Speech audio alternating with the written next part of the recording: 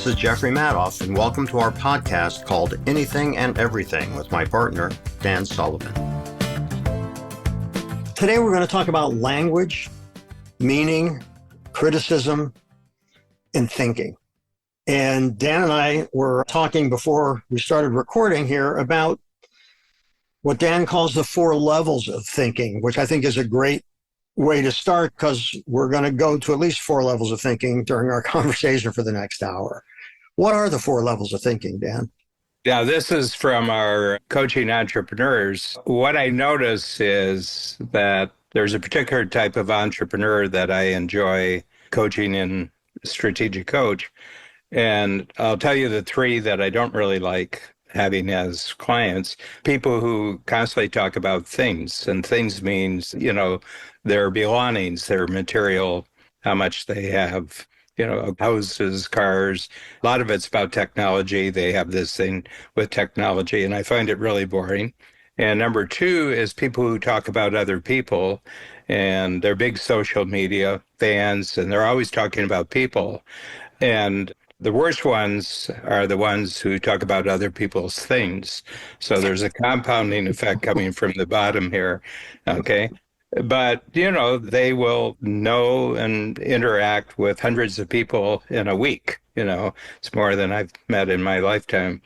And then the 3rd level is really interesting because we mistake that these are really, really smart people, and they think about thoughts, but they're the thoughts of other people that they're the experts of. And you see a lot of this in universities and colleges. They can have very, very astute thoughts, but their thinking is really about other people's thoughts. So they're not original thinkers, but they can comment on things. And there are people who have spent their entire academic career mastering other people's thoughts, and I don't find those very interesting. The ones I find interesting, and you see a lot of it in entrepreneurism, but you would see it in any creative field, are people who have the ability to step back and actually observe how they're thinking about things.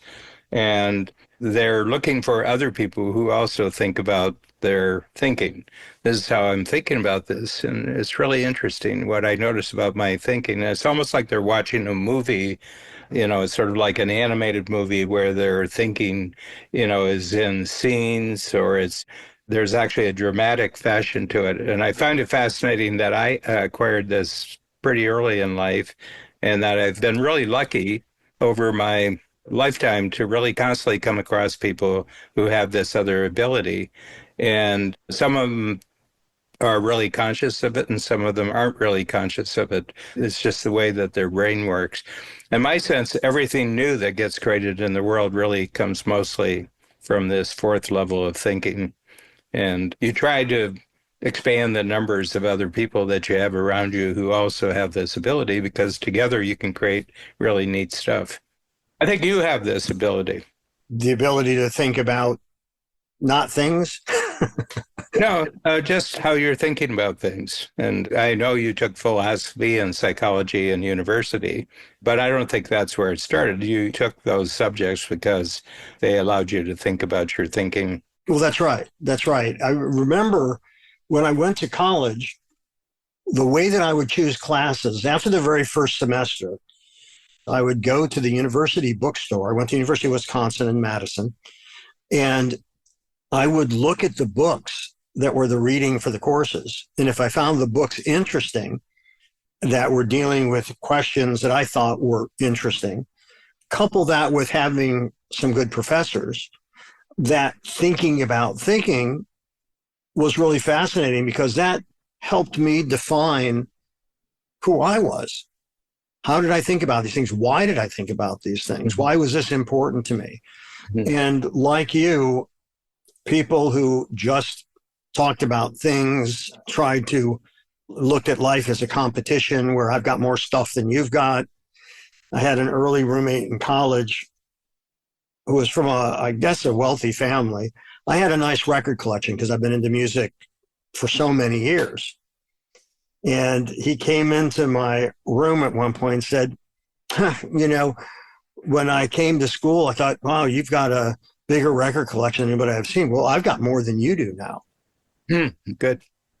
That was my response. No, Mhm. good, good. Mhm. Get out. Mhm. Well, that hopefully is our last conversation. Well, I think the first three are competitive. I think the fourth one is collaborative. I think the fourth level of thinking, because you know that what you're doing is original and you can spot what the other person is doing original. And, there's a real opportunity to put two original thoughts together to create a third. And I think that's what we're doing, writing the book that we're writing, casting, not hiring. I've developed a lot of thinking about that it's better that the people who work in your organization have roles rather than jobs. You've been in theater all your life. And we got talking about it, and it was basically just a conversation we were having about good hiring and bad hiring in the business world. And you said, it shouldn't be hiring, it should be casting roles. I thought, there's a book. And here we are, with a deadline approaching. Thanks for that reminder. Yeah, well, actually, I think we're ahead of the game myself. And I think there's reasons we're ahead of the game in the sense that we're sharing the same goal.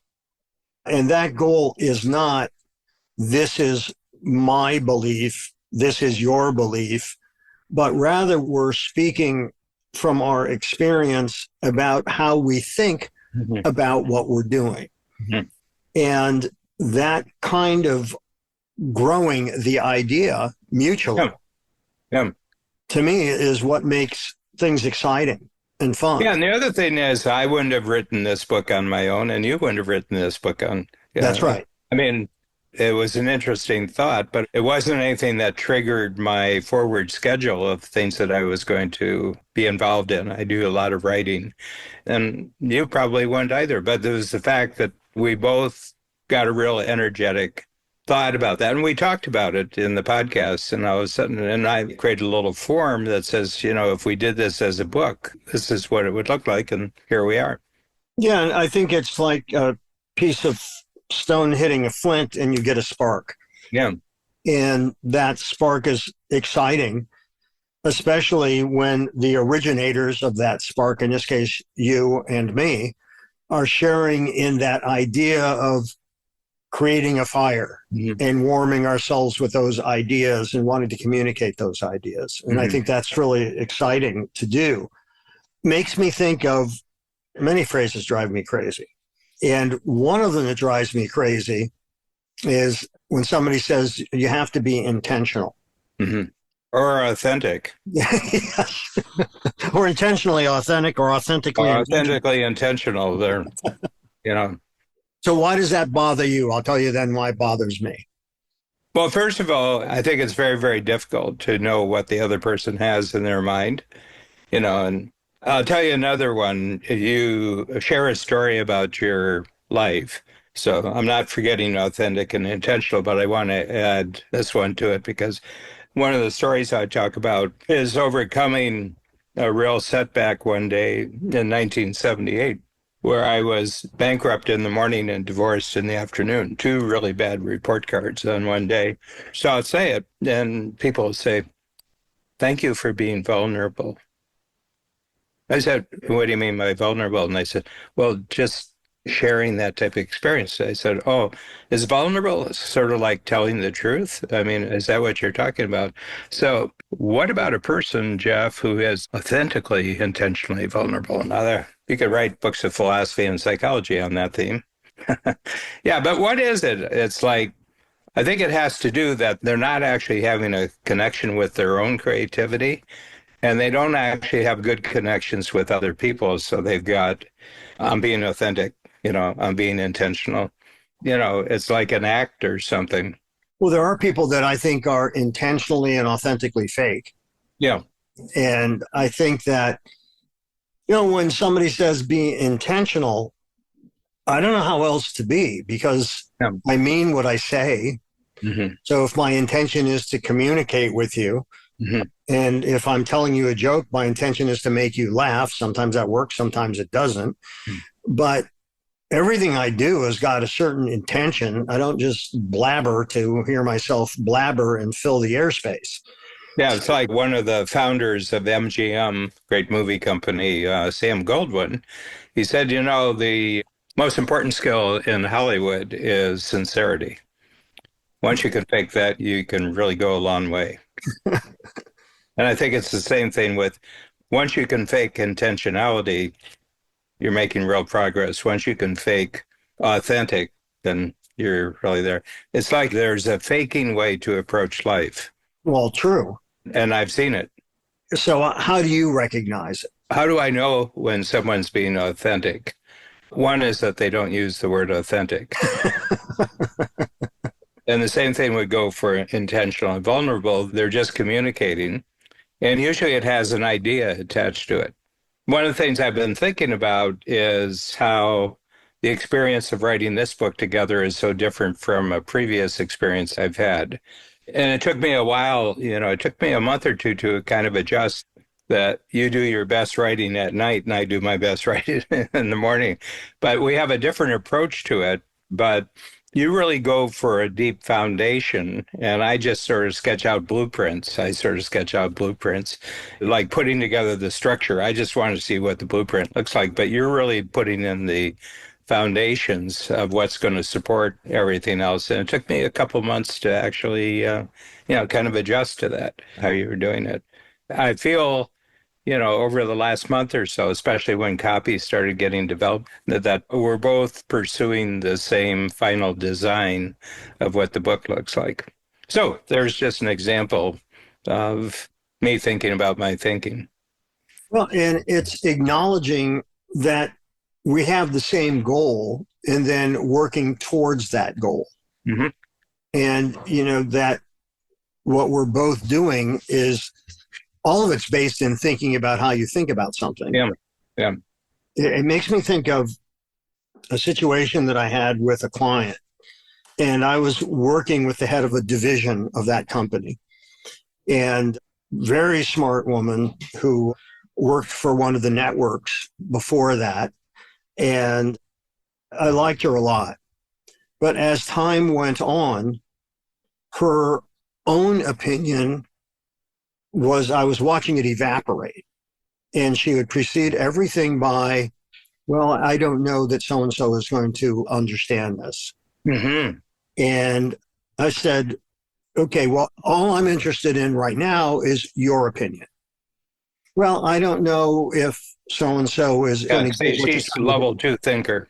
Yeah, and I said, I heard you say that, but I'm asking you, what is your opinion of it? She goes, well, I know he doesn't like fast editing. I'm not sure that that's going to work for him. I said, but that's not what I'm asking you. She's a total level 2 thinker. What is a level 2 thinker? Define that. Thinks about other people. And what their reaction is going to be. Yeah. She's way, way far away from what the idea is that you're discussing. She can't think about the thinking that went into it. She immediately say, is this politically possible? Well, thinking about other people is political. Yeah. And so I finally said to her at one point, I've asked the other thing you would have, today's things, you're using words and you're doing an image that is not ideologically correct. And that's someone who thinks about thoughts, that their gradient is basically, is that a good thought or a bad thought, but not what the actual thinking is. They're not actually, it's really interesting. How are you seeing this, Jeff? Can you tell me how you're seeing this? That would be really attracted to the idea. Can you explain a little bit more what you're seeing about the idea? You see, right. It's not political and it's not ideological. It's just the thinking. What's the thinking going in? Yeah. Well, exactly, because that's how you can then understand what they're talking about. Yeah. Yeah. And it got to a point where I said, I've asked you now 4 times, what is your opinion? And you haven't been able to answer me. And when you first came to work here, you were able to voice your opinion. I don't know whether it's the corporate structure that just shut you down and now you're just concerned about what everybody else thinks before you even have your own opinion. It's like the great Preston Sturges, what was it called? Something about 4th of July. And it was set in the advertising world. And the head of the advertising agency says to the character, when I want your opinion, I'll tell it to you. And it's that kind of thing, that your own thought process has become so paralyzed because you're always thinking about the consequences of doing something wrong. Or new.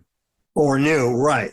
Well, and oftentimes new and wrong are the same thing to people, you know. Yeah. And the answer that I hate hearing the most is, well, why are we doing it that way? And it's, well, that's the way it's always been done. Well, that's interesting.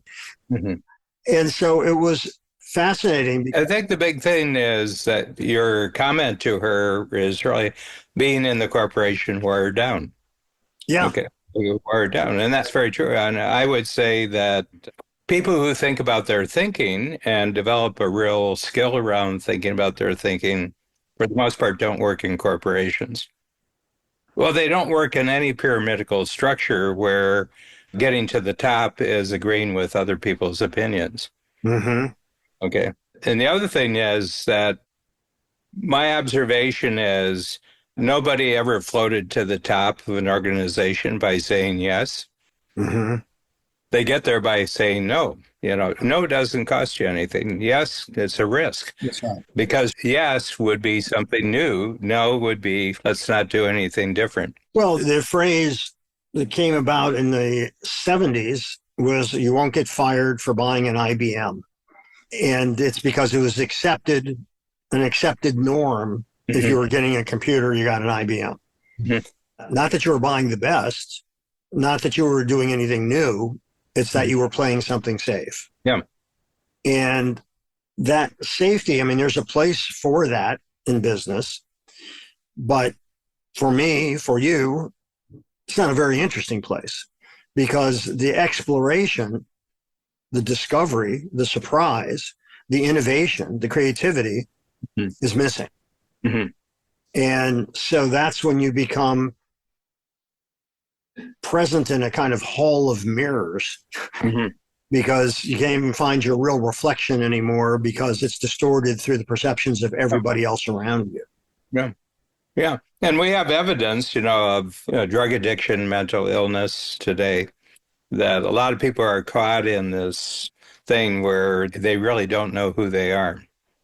They've been told they're this, or they should be this, or, if you're going to be accepted, you have to do this and everything else. But they don't actually have an independent point of view about whether they like that or not. Well, and the evidence for that, I agree with you. And the evidence for that, which is another phrase I can't stand, is be the best version of yourself. Mm-hmm. Mm-hmm. Or live up to your potential. Yeah. Yeah. Yeah. Oh, you know what that is. Yeah. And you know that I'm not doing it. Yeah. Yeah. But that best version of yourself, I'm not aware that I have any other versions going on. This is kind of it, with the inherent limits of what I may have. This is the version. There's not a best version. Mm. Some things go better than other things, but that doesn't mean it's the best version. It just means that I'll try a bunch of things and they don't all work. Yeah. Jeff, we were both born in the 1940s, and I grew up in a radio world. I didn't grow up in a television world. I was 9 years old before my family had its first television. And you're a little bit younger. And I used to listen to radio at night. My mother would have some of the Gabriel Heater. That was he was a commentator on one of the big networks, And, the various radio stations, depending on what you were listening to them, they had commentators. Fulton Lewis Jr. was one. Gabriel Heater was another one. And, they were very confident spokespeople for a particular point of view. But the other thing is I had a lot of time by myself, and I made up games for myself. I would be various characters from the fictional world, like Robin Hood and everything like that. And I had farmland. I grew up on a farm, and we had woods and everything else. I did that. And I got really used to being able to entertain myself and educate myself, learn things and set goals and that. And I'm wondering if really early in life, you're in a social network and you're adjusting constantly to it. And you miss the junction where you could have your own opinions, regardless of whether other people agreed with you or not. You know, people not agreeing with you is either the worst thing in the world or it's an interesting thing that allows you to develop your new ideas that somebody thinks differently than you. And then you think about how do I think and why do I think about that? But I'm just wondering if it's a social thing where they get socialized very early to be a kind of person that's acceptable to the group that they're in. Well, I think it's also a big part, certainly in my case, a big part of the parents.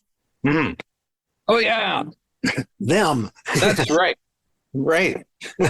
You know, yeah. First thing I knew about my parents is that they weren't my friends. They were parents. Uh-huh. Yeah. There was God and your parents were halfway to God. You know, because my parents encouraged me to do things. You know, if I was writing stories, they'd read them if I wanted them to. You know, when I was doing drawings, they had retail stores and they would bring home big pieces of craft paper so that I could draw on a bigger scale and do that. And so from the very early years, my whatever my talents might have been and whatever explorations I was in, my parents were always, they never said, don't do that. Yeah. Yeah. They never said that's a waste of time. They never said anything like that. And as a result, whether it was writing stories, which I started doing very young, drawing, which I did when I was very young, putting on shows, which I did when I was very young, as we've talked about in previous podcasts, having a movie theater in my basement and editing together soundtracks and all of that and creating the posters, all that stuff. And I think a lot of ideas and creativity get squashed really early in life. Yeah. And then there are those that their expression is a kind of rebellion against that. Mm-hmm. And so I think that creativity can come from a dark place or it can come from a positive place. The output of both can be fascinating and great. But I think in my case, I was fortunate that I was never discouraged and often encouraged to do things. Yeah, I think one of the things is your parents aren't living their lives through you. That's right. And I see a lot of that today, that somehow the child actually has control over their parents, because if the child doesn't do what the parents think is the right thing to do, it reflects on them. And, you know, they have their own social networks where they do that. And I think the other thing, I mean, just reflecting on it, is it wasn't long in my life that I knew what an adult was, because adults sort of acted in a different way. And I think children are confused a lot these days by the parents trying to be children again. You know, then they're chumming around with their children, you know. I was in an American Girl store in Chicago. And the American Girl is really an interesting experience. So it started as a magazine, I think, in the 1940s or 50s. And it would tell stories about girls, you know, girls in different countries, girls in different cultures. And somebody got the bright idea of creating a line of dolls, which was based on the characters that were being written in the magazine, and it took off. Okay. And the first store that I went to is the Chicago store, which is right on Michigan Avenue. It's in the Water Place Tower. And you went in there, and I found it really fascinating from entrepreneurial standpoint of how they had taken one art form, which was stories in a magazine for girls, and they had turned out dolls, and the place was packed. The place was packed. And then they had not a cafeteria, but they had a cafe there, and you could go in and you would see mother, daughter, and doll dressed exactly the same. And it's really, really creepy. Yes. Really, really, really creepy, you know. And they'd have a little thing that you attach to the table, and the doll sat in the table, and they had a doll hospital there. They had ER there if it was an emergency and everything else, and they did that. It was really interesting what was going on with the mothers and daughters, and no boys, there's no boys, no men are in the story and everything else. But I don't find it interesting that the little girl dressed the way her mother did, but I found it really, really interesting that the mother dressed the way the daughter did. So I said, I think something's off track here. And you wonder what they're like 7, 8, 9, 10 years old. What are they going to be like when they're 20? Well, I may have told this story before, but for our new listeners, when I was taking over a factory, when I started my first company, which was the clothing design company, I went to Janesville, Wisconsin, Footville, Wisconsin. Footville is where the factory was. I'm sure you've heard of Footville. And the woman I was talking to who owned the building, this was in 1969 or 70. And she said, this is an ongoing concern. We do two things here. We make dresses for CREEP. And I said, CREEP? You mean Committee to Re-elect President Nixon? And she said, Re-elect President is what that CREEP stood for. And I said, I didn't know that he wore dresses. He said, oh, no. He doesn't wear dress. Like I was serious. No, he doesn't wear dresses, but that all the women that work on the campaign and all of that, we made these dresses for them. It was kind of a uniform, I guess. And as we walk into her office and she's talking, and she said, we also make clothing for Barbie dolls. Then I see this lineup behind her desk, 25 different dolls. And I go, one of the dolls is wearing the same outfit she's wearing. And she had outfits to match every doll. Oh, wow. And I'm thinking, this is the Twilight Zone. What am I doing here? This is nuts.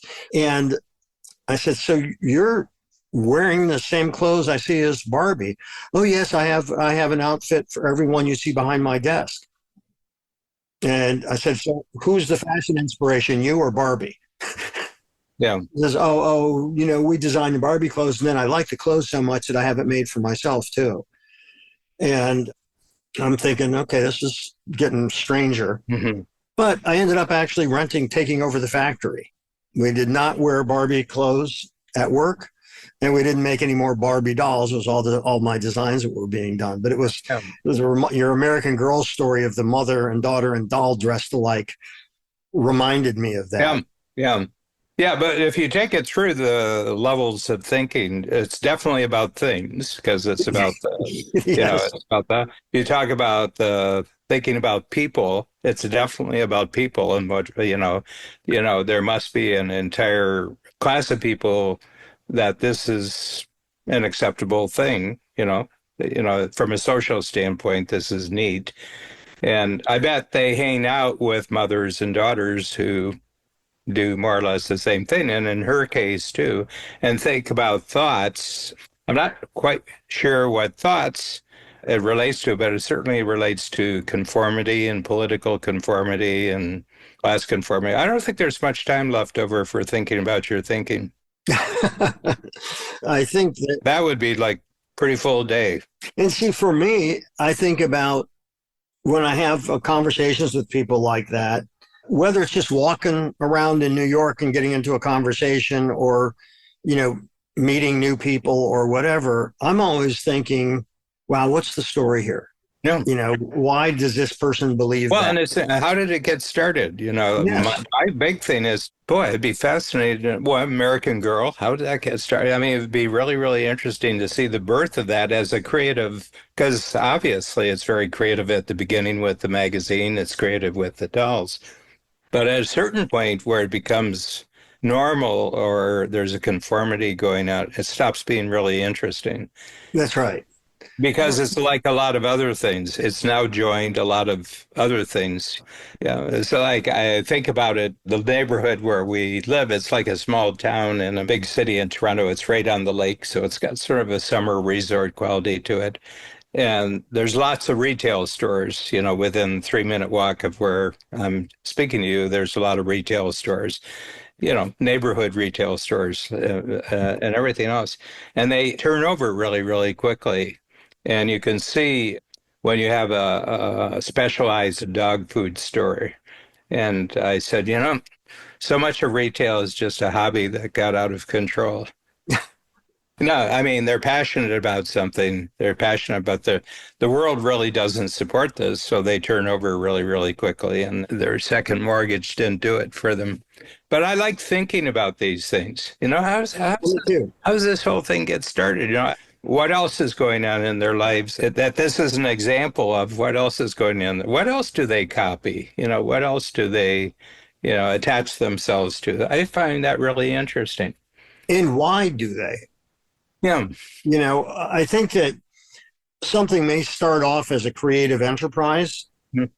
but if you've met with some financial success or you're on a growth path, I think it occurs to a lot of people that they have more to lose. And when you have more to lose, the good and bad thing is you might become more thoughtful about it. But if that thought is coupled with fear, then innovation stops, spontaneity stops. Well, yeah, well, the big fear is what do other people think? Mm-hmm. I think that's a major fear about conforming behavior. What are other people going to think about this? Yeah. And Edgar Bergen, and this is going to be, Candace's father. yes, and I think in his mind, Charlie McCarthy's father. Also, I was reading an interview with Candace Bergen, and Charlie McCarthy. I used to listen to that every week on radio. I'm glad you said that because this is the first thing that blew my mind is a ventriloquist on radio. What is unique about that? And by the way, in the same thing, the Arthur Murray dance party, remember Arthur Murray and was it Catherine or whatever, his wife? Catherine. Mm-hmm. And they taught dance on the radio. Yep. And I'm thinking, this is bizarre, and then a ventriloquist on the radio, then, You had to know the listeners. yes. Yeah. Yeah. And these were popular. These went for decades. Phenomenally popular. Yeah, I mean, until television started, and then they went on television. Well, Arthur Murray actually flourished on television for a while, early television. Yeah. And I thought, shall we, Catherine? That's how he would always start, and then they would dance together. Yeah. Well, people had imaginations. They could imagine what was happening. Yeah, I think it's so interesting. I mean, Candace Bergen thought, why does this dummy have its own bedroom? It's a wooden dummy, but her father treated it almost like it was a son, and just bizarre. Yeah. And well, it was definitely paying for Candace's lifestyle. That is true. That's true. If so, you said there, who pays for your lifestyle, Candace? Oh, some dummy. Yeah. But I think it is interesting because I also think that what comes to play in some of these things is superstition. If you do something and you have a particular thought about it, you want to somehow you feel like you have to repeat the circumstances. So the next time you're in a meeting or presenting or whatever, and you want to replicate the earlier success, whether it's your lucky tie, so to speak, or whatever it is, that gets built in. And the more things that you think are responsible other than yourself for the success of something, I think you can get into some strange behaviors. Yeah. Well, I have one of those. I'll be authentically, intentionally vulnerable about here. I was born in Rocky River. It's a city suburb of Cleveland. And at 2 years old, we moved to the farm and our dog died. His name was Toby. And Toby had a blanket in his, where he lay down at night. And I had Toby's blanket. And I couldn't have Toby, but I had Toby's blanket. And it was sort of, fleecy blanket. And after a while, my mother had to cut it in two so she could wash one part while I dirtied the other one up. And all through my life, I've had a fleecy jacket that when I go on a trip or anything, and on the plane, I'll take my fleecy jacket and it's like a blanket. It's like Toby's. And I've had it from age 2. I've had something like that. But until I tell you the story, nobody even knows that story. But what I'm saying, the same way that I tried to hold on to my favorite dog's blanket, other people have something in their childhood and they try to hold on to it even in their adult life. They try to, and in this case, they make a fortune actually holding on to the thing. Yeah. Yeah, it becomes like a talisman Yeah, for, it's like a talisman. Yeah, and it's a connection to an earlier time in your life. I understand it. because Margaret and I are packing up because we're going to be moving for 4 months. That won't do me any harm, will it? What I just shared. I'm going to see, first of all, if there's a market for the secret.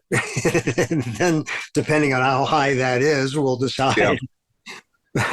But no, And by the way, it's a Ralph Lauren. The one I have right now is Ralph Lauren. where it would get weird is if you told me that Babs cut that jacket in half. So she could, I just wear, yeah, the right or the left side of it. that would be weird. Yes. Which with a blanket, your mom could get away with that. With a jacket, I don't think that you No. could. No.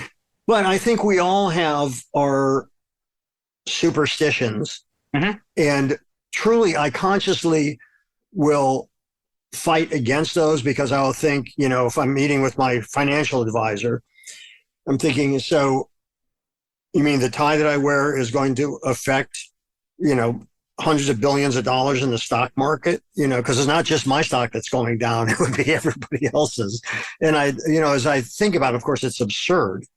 And so I try to let go of those things, but I think we all try to replicate favorable conditions or what we think was favorable because we have trouble giving ourselves the responsibility for how something turns out, so to speak. Yeah. There's something else going on.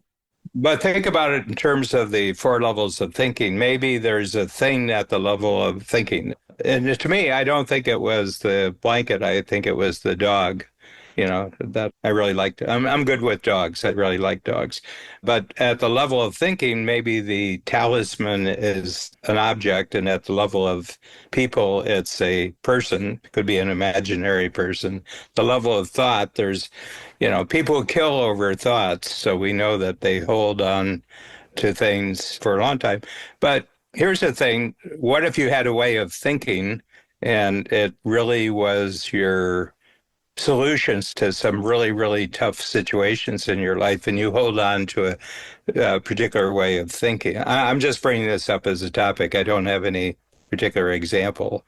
But I think in the area of thinking, for example, I've developed one over the last 4 or 5 years, and that is try as much as possible not to put the other person on the defense when you're talking to them. Try nothing turns, if they go to defensive, you can't have any conversation. So I'm much more careful now than I was 10 years ago when we're in a conversation, not to say something that I know is going to put the other person on the defense. Well, because I think that, let's say that we put that under the umbrella potentially of criticism. Mm-hmm. And, I think a lot of people, first of all, have a problem not taking something personally. And if it's a negative, they'll second guess themselves and try to figure out why this is being levied. And it becomes defensive. And as a result, it can also shut down communication rather than enhance the communication, which is what I'm interested in, is always enhancing the power of the collaboration, the other opinions, and so on. So I think one of the first questions that I ask to myself is, does this person mean well? Mm-hmm. Maybe they said it clumsily, but does this person mean well? Mm-hmm. Do they have a stake in whatever they're criticizing? Do they want to bring in one of their own people? And is the criticism valid? Mm-hmm. I know when Sheldon and I when he's giving notes on the script for personality, I know that he means well. Mm-hmm. No question about it. We share the same goal, which is to put the best piece of entertainment on the stage in front of our audience. And is the criticism valid? In this particular case, there's never anything he said that hasn't been worth saying and worth thinking about. Doesn't mean that we change things necessarily, but it might if we agree that this is the best thing for the play. And, I think that for instance, our relationship on the book is getting to that point. At first you got to just figure out, like you were saying before, just what's it like working together. Mm-hmm. You have to figure out if you two can, the two of us can dance in a way that's complementary. Mm-hmm. But I think that that's really important when you get something thrown at you, and if it appears to be negative, the first thing is maybe they said something clumsy, but do they mean well? Mm-hmm. Is their intent to actually communicate something they think we would all agree would make it better? Or do they have some other stake in what they're criticizing? And is it valid? Does it make sense? Is it something we should try? Yeah. Yeah. Yeah. I think the big thing, and this sort of relates to our entire conversation today, is the person's goal to actually create something together with me? Or is it their goal to defend and hold on to what they already have? Mm-hmm. That determines whether there'll be any future relationship for me. Mm-hmm. To win is their goal, to win, where there's going to be a loser. Not really interesting. That never goes anywhere, where it's win-lose. That's not very useful. Yeah, and if you're doing a collaborative project like a book or a play, whatever it is, if you're looking at this is I have to prevail, Mm-hmm. I have to win, and you look at it as a binary win-lose in every different opinion and discussion you have, that's horrible to deal with. And I don't think either one of us have an interest in doing that. Well, it doesn't go anywhere, like it's wasted time, it's wasted effort. And actually, it can be losing ground. Because if I get hooked into that type of situation, I always feel lousy about it afterwards, Yeah, well, my goal is to feel engaged and excited about whatever it is I'm doing. Yeah. And when I'm interviewed, people say, so who's your favorite client? Who's your favorite client? And my answer is whoever I'm doing work for now. Yeah. Because that's how you want them to feel. Yeah. When you are doing the work. Mm-hmm. And I'm not looking to create competitive experiences among my clients. And I think every client wants to feel like when you're talking to them, you're fully present. You're thinking about what their needs are in the situation. Mm-hmm. And again, that doesn't mean that you agree, and it doesn't mean that you give in to whatever. I think it's always important to protect the work, but you also have to look at what's really at stake here, because sometimes it's just not worth the blowback. It isn't worth it. You realize I've had a couple of times where I've actually fired clients that, I just didn't want to work with. Yeah. And because it never gets better with people like that. But the big thing is to go back to your story about the woman who lost her point of view in the corporation. I get a sense that you're constantly strengthening your point of view, but you're open to ideas that they're different from your point of view. And you're wondering, I wonder why the person looks at it that way. That's thinking about your thinking, because you're keeping everything in play. But the other thing is, if you're thinking about your thinking, the things you have are really good things. The thinking about your thinking, the people you surround yourself are really good people. And the thinking about your thinking, you're looking for thoughts that are, really good thoughts. So my sense is the one that makes everything else good for you is actually the fourth one, because she's saying that it's really neat. We all have a central bias about how we approach each new day's experience. I've got a total bias, which has been based on a lot of successful history that got me where I was. So I'm going to stay with it until it proves not to be useful. I'm really noticing it now because of the Canada. One of the things I found interesting was Trump's comment about Canada being a state. It's the 51st state.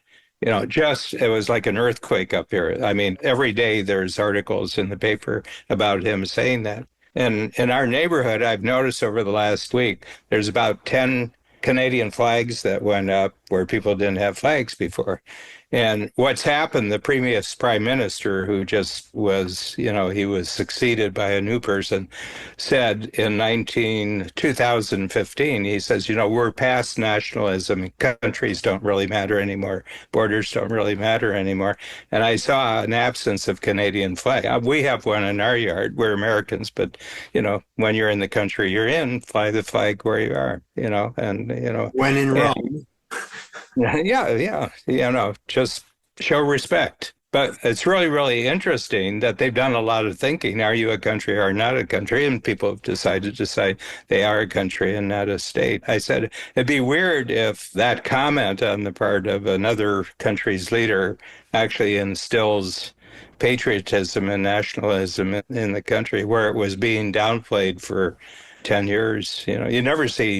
You'd almost never see Canadian flags in the city, and now all of a sudden they're all over the place. I said, it's pretty cool, that one person's comments can draw such change in other people's thinking.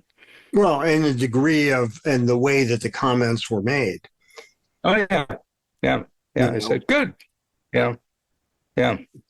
I've got a real world example of, what you were saying about the new idea and thinking about it. And that was when we were in Chicago and we were going to be starting rehearsals for Personality.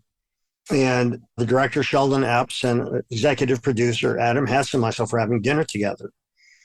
And Sheldon said, if you're open to it, I have an idea that might be worth trying. I said, sure, what? And he said, well, you know how Lloyd is always solving the problems. And what if in the scene when Lloyd is just burnt out from being on the road and he comes up with the idea of what to do next, and that what to do next is to start their own club. Instead of that being Lloyd's idea, the turntable.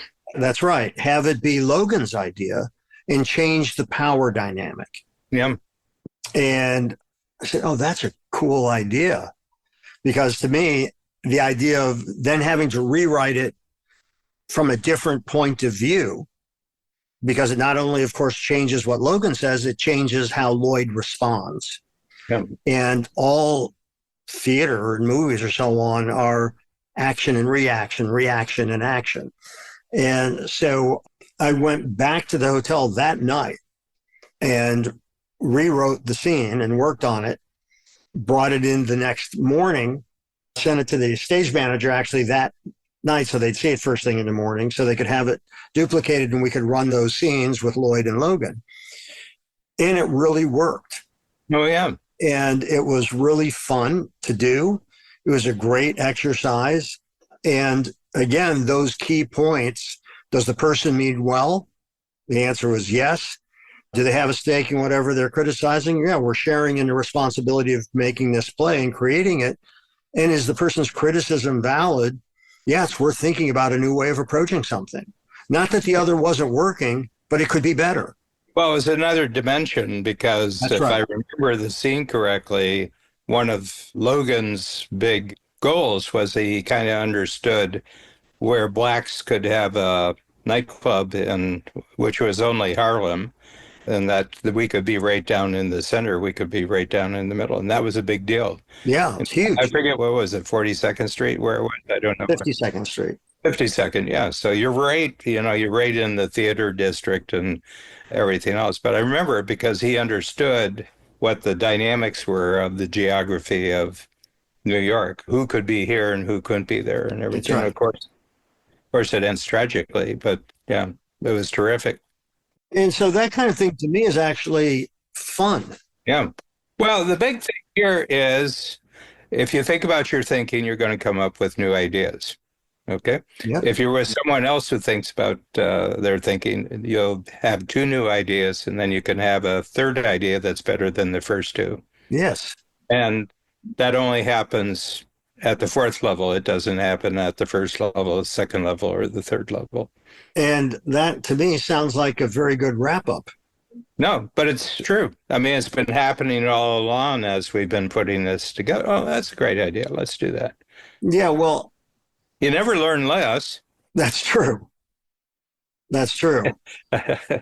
Yeah. And I think to me, that surprise and that discovery, I think if you hold on to your ideas, I think you should hold on to your integrity with white knuckles, squeezing that and always holding on to your integrity, because you can only compromise that once. And then you're compromised for life. But I think in terms of investigating ideas and thinking about thinking, I think that if you're open to the challenge of rethinking, because maybe it might be better. Maybe it's the fourth iteration that is better, but that idea is what inspired the change in the first place. It's not about, well, that was mine and that was his and this was my idea and that. It's not about that. It's the work we're doing together is getting better and better. Yeah. And it also explains why the woman at the corporation, why she couldn't answer your question, because she compromised her integrity long before you talked to her. The first time that she didn't have a point of view in a meeting was the beginning of her not being even able to have an answer in her mind for you. And the interesting postscript to that was when I said that to her, that you don't know your own opinion anymore.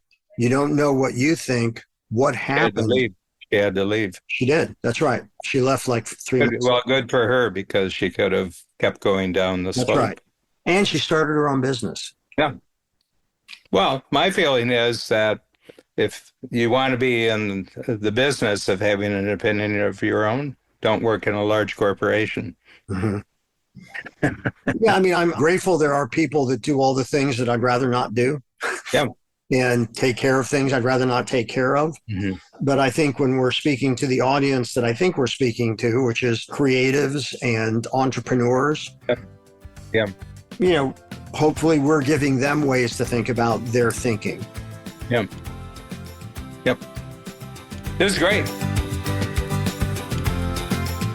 Thanks for joining us today on our show, Anything and Everything. If you enjoyed it, please share it with a friend. For more about me and my work, visit acreativecareer.com and madoffproductions.com. To learn more about Dan and Strategic Coach, visit strategiccoach.com.